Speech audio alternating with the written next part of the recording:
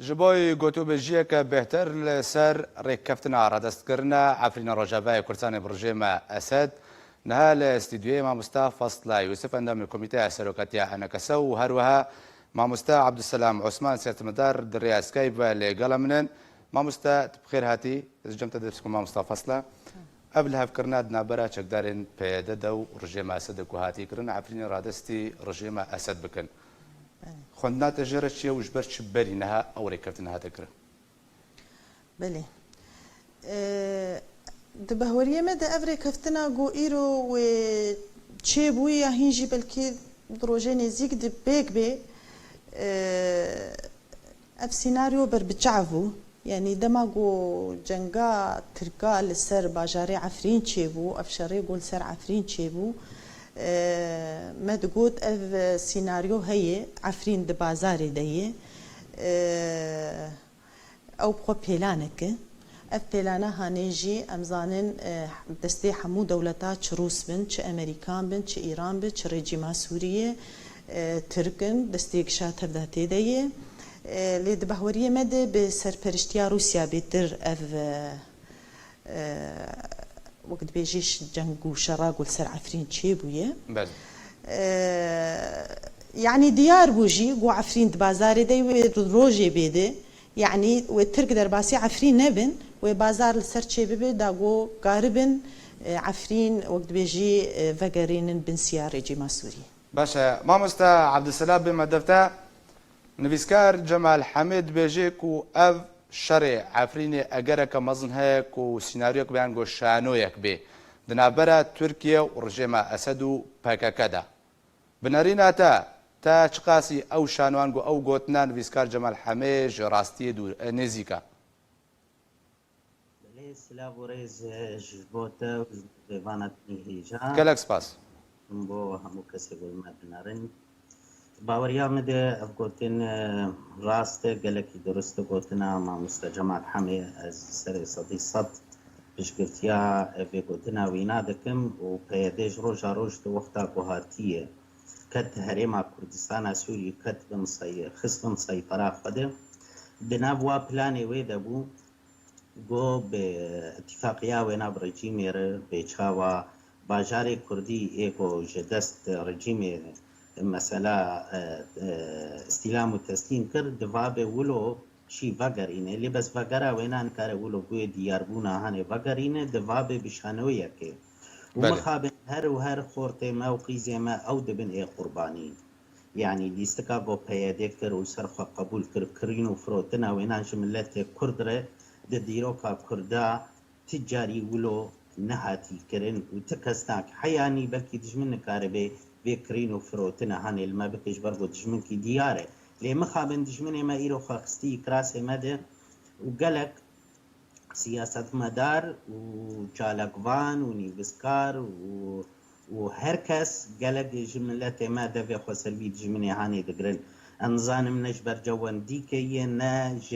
جترسكي ناج جنزاني كي ليم براستي تعدايا وينا قال لك هي واي باجارك جرينج وكعفرينه تقدر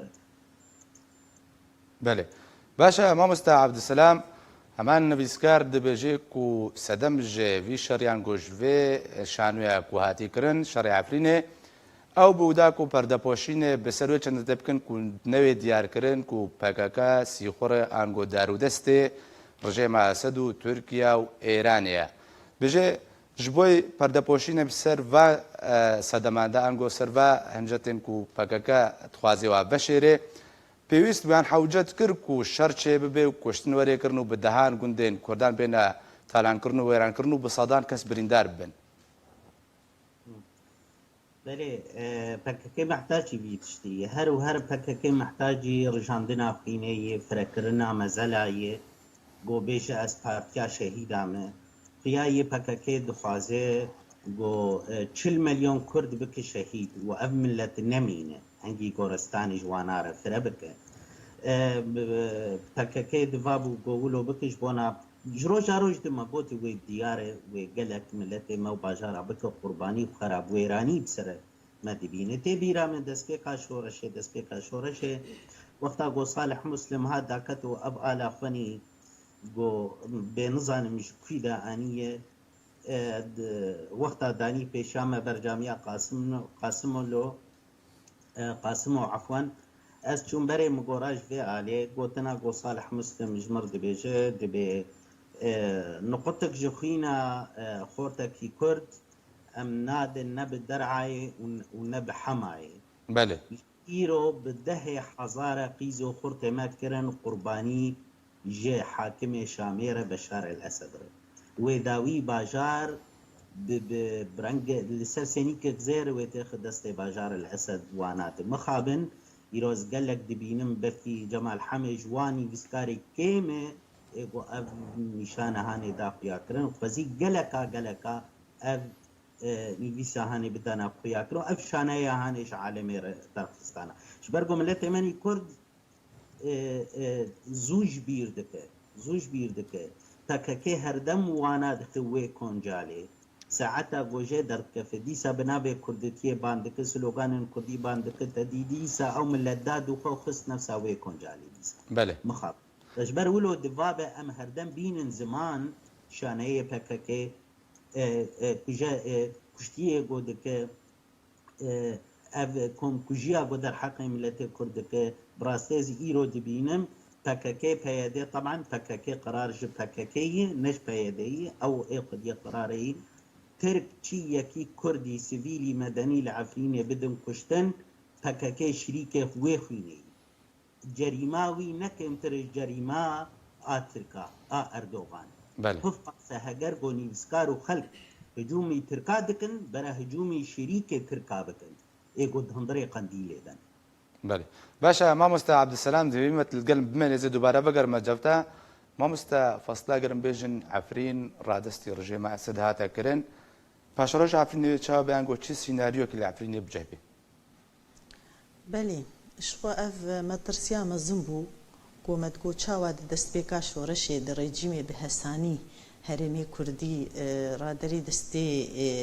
پيدي کرن و وی چا رژیمت گو اوایا لیسکه کج رژیمی داگو ملتی کرد دروجه بيد كارب چاوا وقت بيجي حركة كردي بجوك بكي لجن بكي ندستي وي دبي اوانا جبر دستكي وي بون اف روجا گو بخوازه و چاوا بحساني سلمان پيدي و كارب وي حسانيه جي وان هرما جار دغرين مخابن ايرو تشتل برچاوي مچه دبه شو او ديرو خوفدگرينه وقبل كما مستهجاجي اني زمان يعني بشتي حقن دخوين وحقن تضحيات وبشتي ولا تكي ويران كري ماي ايرو جار دجي ملتي ما وغري وي دم قونا غابري وي ظلم زوريا بريد من دستي رجيما بشار دي اغو وقت بيجي يك جما في كرداتني واعتراف حقو مفهوم ملتي ما نكريه از دبيجم بشتي حقن بان قربانيه مزن ام وغريان نقطة آبيشي آبري شورشي أزدي بيجم بهوري عمده ما تشتك جملتي خور قسنج نكر تاني جدو في سياسة تشوتو خرابي آغو أفري وبريق ما تقو تندمكينة ما تقو عمري وانا دريجة ثمانية وانا دريجة دستكن دستي خلقيدنا عسكرن حين الطلب وكم تبيجن إيرو أو قوتنا قش بتجي تيكرن حري قرنق أو أزبيجم ما تخص ملتي ماشي يار ببه ملتي ماشي يار ببه في سياستي إيدي جدو في سياستا تشوت فقر ما تقولن أبنا خد يدوزا كردينة أبنا خد يهرمي كردينة أبنا خد يقضيا كردينة يعني يكي وقتاق على كردي قد أخدكو وفيسي ما وسياسي ما وكاري ما قشي قد أخدك بحوري عمد خزمت نكر وجمر ايرو رو اثبات دبيك حقيقه جي بريجي ايما مزاني بو بس متخوازن اف حقيقه البيشيا ملتي ما بيدانين او اجا ايدي شيار ببي جفيريه فقري الحركه خوي كردي فقري الانجماني فقري الملتي خو فقري ايغو او ام ببينن جو خديه بروجي نتوي كرديه اف تشتيغو ايرو تشيد بيق عفرين فقر الريجيمي براستي تشتكي ام قالك بيديشن ام جارد تحسن وك ما قلت بازار السرسري ملتي ما بو لسر قضيه ما بو اي هات كشتنج كيسي خوچو ملتي ما ويران بو وما تشتكجي ام باشا ما مستفصله بنريناتا الرول انغو الدوره فادي ويا باكي بشتي كو عفرين رادستي رجيمي بكرن ويرولاوي تشبي دافلين ده أفانا تمو تم ولو مرحلة دمكينة يعني مخابن يعني كارن ملت دندو راخوة يعني كارن خو بكهرن بهساني يعني برسف لجمعان هي اوان خلق بخوف قريدان بخوينيت شمالا هي الشهيدة قدانين عالم هاتن قريدان براستي عالم بدو حيفا خو كتنه عالمنا انه قالك هن انما بهوريه وانجب في خطي وفي سياستيتي بس تشتكوا إيرو تشيبوية يعني تشتكي براستي جعالمي تفدير دنيا يرهات خويا كرن إنه أفانا لسكال سرسري ملتي كرد كن أو شي جزء أكج مؤامرات دولين أقو إيرو تشيد بالسر هرمي ماي كردي باشا تدقو عفرين خطا طور صورو تدقو هرمي كردي خطا صورو تدقو ما كردستانك تشكري تدقو دست قايمة أم دبينن دشبكة دي تتنازل جحر تشتيكر وتحرتش دا أو خويناوي خلكي برسك انه او خلكي جو خوينا خدان او خلكي جو بدو تدي برسف جوان رتشي ام تخوازم برسف الجموان او برسف بدن ملتي كرد بله مامستا عبد السلام زي بما دفت دوباره ما نفيسكار جمال حميد قتارا خود نفيسيه كو نا رجيم اسد نا تركيا نكاري داس بردار خدمتين باكاكيب بي بنارينا او خدمت چنا كو باكاكي جوان رد كيتا كو تركيا ورجيم نكاري دف جي بردي يا راست قلتنا وينا كلكي راست قلتنا وينا بيترزل التربك لما رجيم نكاري بيقولوا الهريمة كردستان سوري بكري وقو بكاكيك رجيم القضاء علي وهريم تسليمي بكاكيكر وبكاكي مالويراني كوجبري كشتن ليدان ونداكرين هر وهر بسري ملت كرد كبيداني تفقرا كردي قش در جدر بي سينور كر رجيم اسد نكاري بو سياست مدار كي كرد وينا در فين بشف وباوش در بي سينور يا ويناش كولان قامش لو بقري وينا باوش در بي سينور بله قرتن هبو بس نبوينا هاني بو نظام بكيماني نظام بشار الاسد يا مجرم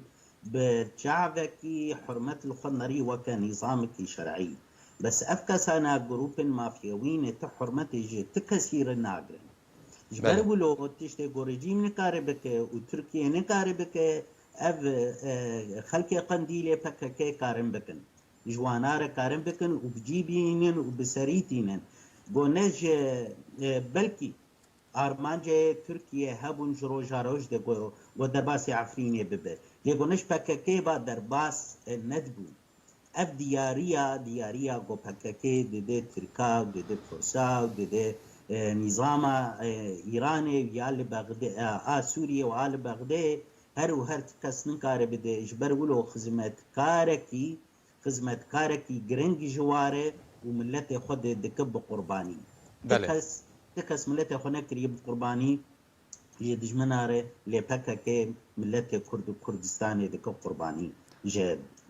باشا مامستا عبد السلام بنارينا تا برادستكرنا عفريني فككي بأركي خرابو شانو بدوياني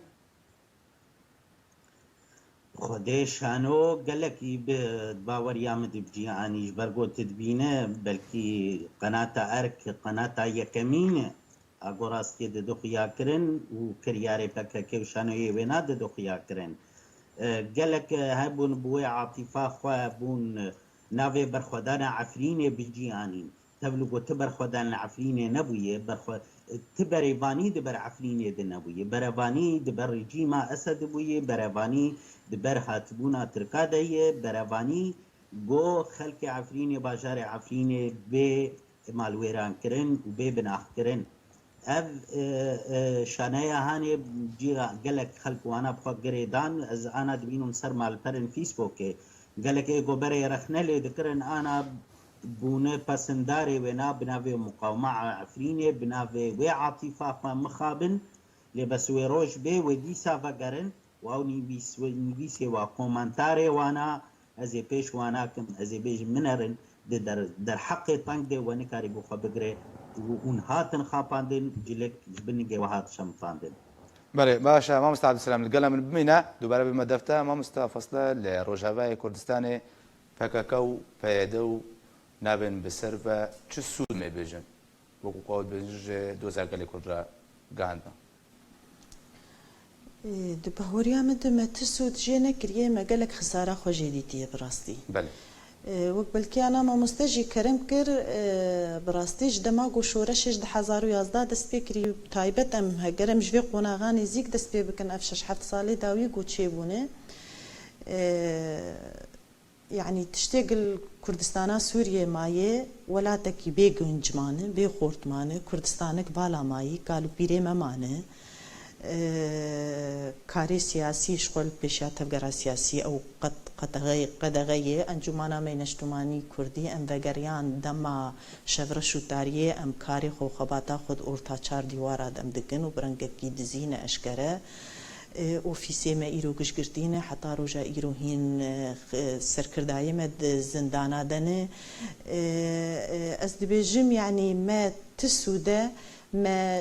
نەکرد ئەز پەیەدێ و وەک دەبێژی منزوماوی تەفدی ئەس بەرپرسیار دەبینم دبەر vê rewşa lewazî xerabî got îro milletê me Kurd û Kurdistana Sûriye têr derbas dibe ji ber ez dibêjim heger ne ji vê siyaseta wê ba dihat xwestin got îro jî em wek Kurd em jî minesak me Kurdî heba em li ser masa diwelî em bi yek hêz ban bi yek deng ban bi yek helwest ban bi yek biryar bana em bera wek dibêjî wê weznek me heba nav civakê de nav opozisyona Sûrî de a got îro encûman qels kiriye a got tevgera me qels kiriye car de ew bûn û evêna jî خزمت ji dijminê merkir xizmet ji dijminê milletê Kurd dikir xizmet ji rejîma Beşar dikir behweriya me de me ti sûda xwejê nedîtiye û ne bes tenê jî yani belkî ana em wek encûman heger rast îro doza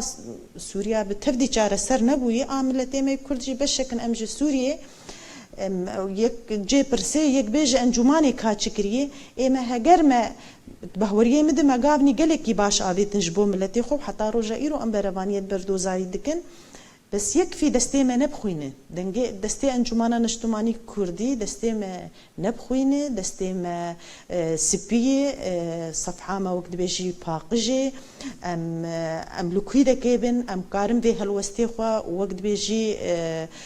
آرمانجي خوا وما في ملتي خوا أم لسر ما سيدينن دروجي بيدجي أم كارن مواجهة ملتي خوا بكن هجر هات وج دستي ما جي دركتو ما تشتق سنجي نكرت بهوريا مد ما تعدى جينا جان ملتي خوا ملتي خوا جينا ايشان ما خوينا دا بس بحزارة ما خوين دبر من بجورقة وشدادي ومناطقنا داية مخابن مسود جينا قلتو ايرو روفا ام دبينين عفرينا رنكين لبرشعبي متي سبارتن ريجيمير يعني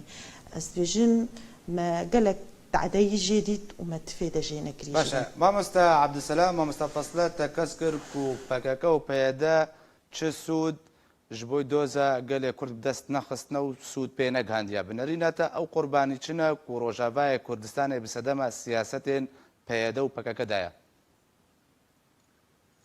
اینا گوتنا ما مستفصل راست درست وقت ملت کرد وقت تفگرا سیاسی ایش مش تفگرا سیاسی کنه تبلو وقتا گوز بیشن ایش مش تفگرا سیاسی کنه یعنی اشی دنابده بس ملت کرد تسود شوار جوی پککه نکرد هر و هر ملت دخاباند و خور دخاباند بناوی بروانیه بناوی امی مل باجار خواب پاریزن و امی شرع تیروری بکن و ده نفسا وقتی ده تیرورا و نا نکیمی تیرورا واکسی او گروپین تیرورا پککه نکیم تری آوانا بول سر ملت کرد ملت کرد ایرو از باوریام ده اگر گو صالح مسلم یا الدار خلیل او دبیجن 12-13,000 قیزو خورد حتی انا شهید کتنه ده باوریام ده بیتری 20,000-25,000 قیزو خورد هاتنه کشتن بس ناوی وانا ناینن زمان مخابن اف پارتی به بچرنگی بچمجی ولود وی ملتی دخابین هر دو گوتن گوانا دید به ابا خاک و حقا خوین لسر هاتی رجاندن خاکی پیروزه راست که ما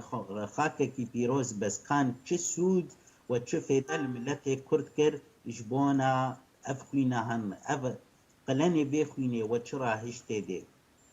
اف قاسا خورت بر رجیم اسد دانا کشتن حیا انا في لحظه رجیم اسد اعترافه بوانانا که وهر ده كونكرين جهاني ده وك جنيف وانا جعفري تليا خش فككيره ولود كها حبي بنادول فككيره حازل دك نشت كسيدره اي خد يه مشروع مشروع سیاسی براستی ئەمن نەپەکەکەی تجاری کار و خزمەتێت بەر ملەتی کورد ناو.